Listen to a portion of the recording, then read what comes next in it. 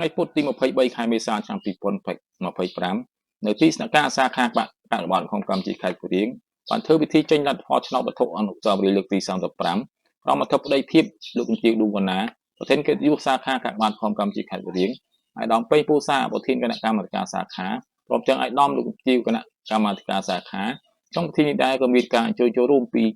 លោកស្រីតាមមន្ទីរអង្គភាពនានាជុំវិញខេត្តនិងប្រជាពលរដ្ឋយ៉ាងច្រើនកកកក្នុងគោលបំណងដើម្បីរកនៅប្រភពធនធានសម្រាប់ទ្រង់នៅសកម្មភាពនោះស្ធរជួ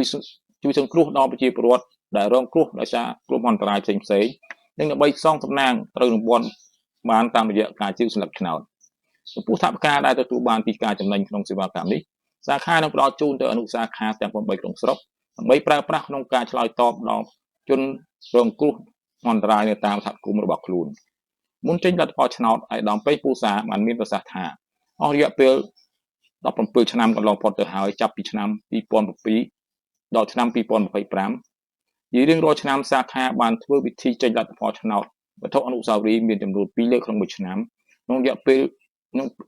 បុណ្យចូលឆ្នាំនិងបុណ្យជុំបិណ្ឌជាឱកាសឲ្យមន្ត្រីរាជការបុគ្គលិកនិងប្រជាជនយើងបានចូលរួមចំណែកក្នុងសកម្មភាពឧស្សាហតាមរយៈការទិញលទ្ធឆ្នោតនិងសងសំណាងត្រូវវត្ថុអនុស្សាវរីយ៍ដោយហេតុនេះហើយបានសាខាបានដាក់ចេញនៅផែនការសកម្មភាពប្រចាំឆ្នាំនីមួយៗស្របតាមយុទ្ធសាស្ត្រនៃវិស័យអធិភាពទី4នៃកាកបាទក្នុងកម្ពុជាគឺការអភិវឌ្ឍស្ថាប័ន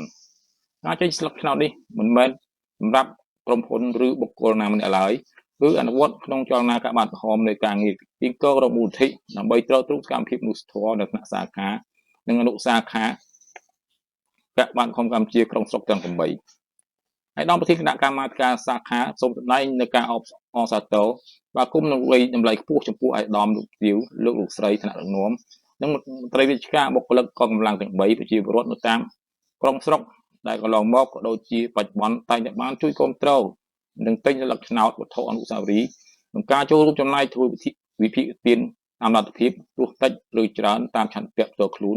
សម្រាប់ត្រូវទ្រង់សកម្មភាពនោះស្ថិរផងនិងការសងសំណាងត្រូវរង្វាន់ផង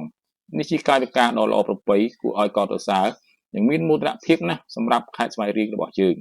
ដែលជានិច្ចកាលសាខាបានអនុវត្តតាមចលនាកាកបាទក្រហមនិងអាចារ្យក្រហមលើពិភពលោកក្នុងការគៀងគររកធនធានក្នុងន័យមនុស្សធម៌និងជាមគ្គុទេសដឹកនាំដ៏ដងដំរបស់សម្ដេចគតិបណ្ឌិតពលនីហ៊ុនសែនប្រធានកាកបាទក្នុងកម្ពុជានិងបានការយកចិត្តដាក់ពីថ្នាក់ដឹកនាំនៃគណៈកម្មាធិការសាខាបានដាក់ចេញជាប្រចាំនិងបានឯកភាពដោយទទួលយកព្រមពីគ្រប់អនុសាខាក្រុងស្រុកទាំងអស់យកទៅលក់បានចំណូលត្រូវទ្រង់សកម្មភាពរបស់ខ្លួនជាលទ្ធផលរង្វាន់ធំរថយន្តគីម៉ូនិញស៊េរី2011ចំនួន2គ្រឿងបានទៅលើប្រជាពលរដ្ឋនៅឃុំកគីសោមស្រុកបៃទៀបមួយគ្រឿងទៀតបានទៅលើប្រជាពលរដ្ឋនៅឃុំសបាត់មានជ័យស្រុករមាសហែកម៉ូតូ Honda Wave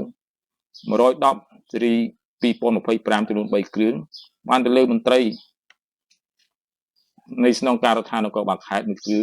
រឿងទៀតបានទៅលើប្រជាពលរដ្ឋនៅស្រុកស្វាយជ្រុំនិងមួយគ្រឿងទៀតបានទៅលើមន្ត្រីមន្ទីររៀបចំដែនដីនគរនីតិកម្មសំណង់និងសូចរដីខេត្តនិងរង្វាន់មួយចំនួនទៀតត្រូវបានមកបើកជាបន្តបន្ទាប់នៅសាខា